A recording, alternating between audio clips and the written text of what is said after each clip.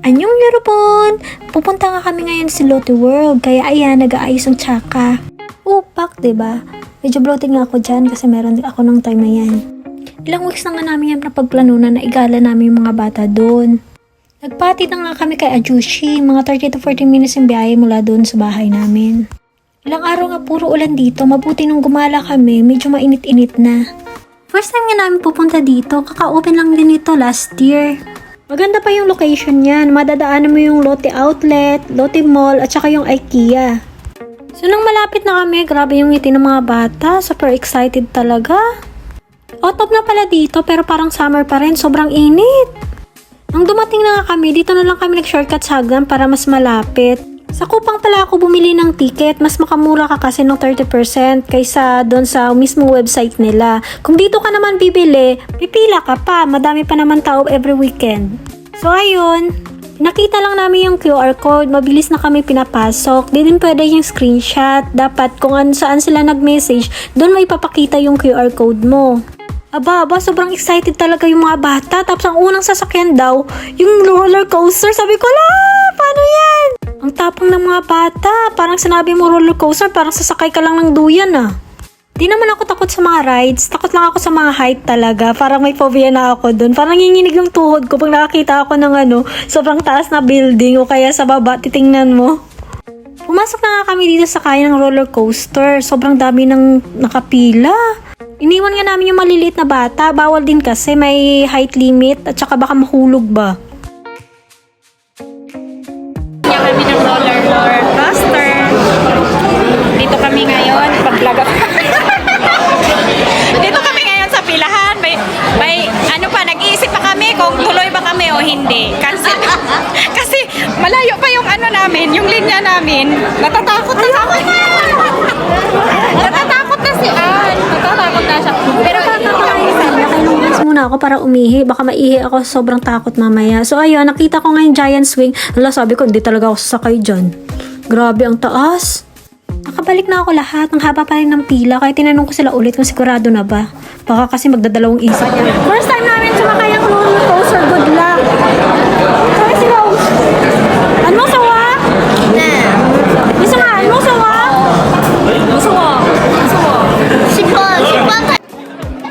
So ayun, di na nga pwede kami umatras. Sa dami ba naman nakapila sa baba? Ang hirap niyan lumabas.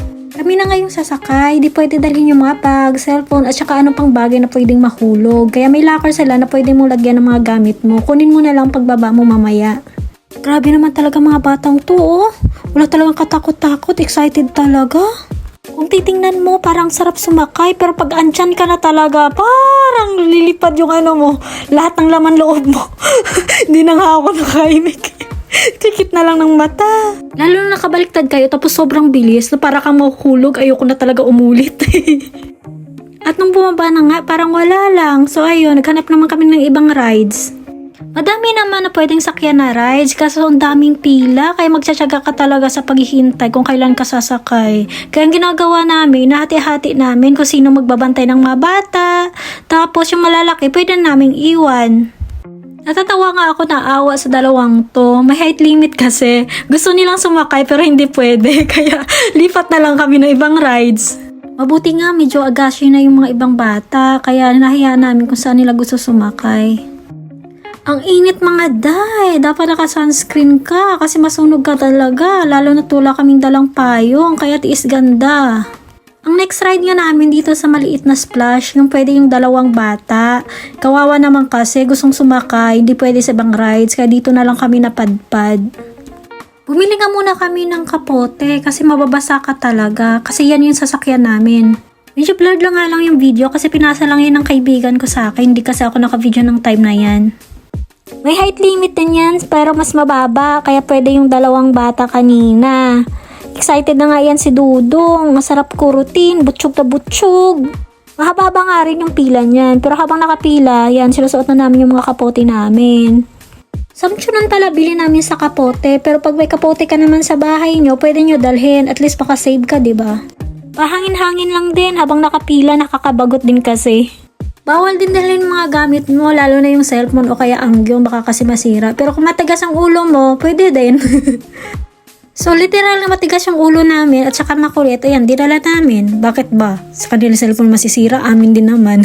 Char. Nag-enjoy nga kami dito sa ganitong ride. Sarap balik-balikan. Kaso ang haba ng pila pag sasakay ka ulit. Para ka na nang nag-cross sa river na may konting adventure. Nung bumagsak na kami sa tubig, medyo nabasa lang yung buhok namin. Pero overall, okay naman. Kaya next ride ulit. So timing naman paglabas namin, naghihintay na pala yung mga agashi. So sabi namin, kayo naman sumakay doon. Mabuti nga hindi kami sabay. At least nakatipid kami sa pagbili ng raincoat. Parang naubusan na nga sila ng energy. Paano naman kasi kung saan-saan sumasakay? So ayun, tinanong namin kung ano meron. Gutom na pala. Hababa nga din yung pila doon. Kaya habang andun sila, sumakay kami ng ibang ride. Sayang din kasi yung oras. Sobrang laki niya nga at saka ang daming rides. Ikaw na lang mamili kung saan ka sasakay. Di ka rin mapabagot, mapapagod lang. Minsan lang kami kakapunta dito, kaya ini-enjoy namin ang every moment. At syempre, para masulit na rin namin yung binayad namin, medyo pricey din kasi. Nagutom na nga yung mga bata, kaya dito na lang kami sa Loteria nagbili. Marami kasing tao sa ibang restaurant at saka ang daming pila. Habang kumakain nga kami, ang ganda pa ng view namin. Ayan, nagsisigawan dun sila sa taas. Parang ikaw yung naninervous sa ginagawa nila eh. Niloloko ko nga si Pakwan. Sabi ko, sakay kami doon. Sabi ko, hindi ko nakakatakot. Sabi ko, Jimmy Iso doon. Mahangin. Tingnan mo sila, nag-i-enjoy. Sabi niya naman, ayoko uuwi na lang ako pag sasakay dyan. Timing naman pagkatapos namin kumain, may parade. Kaya pala ang daming taong nakapila. So ayun, nag-enjoy mga bata. First time kasi nila makanood ng ganitong parade.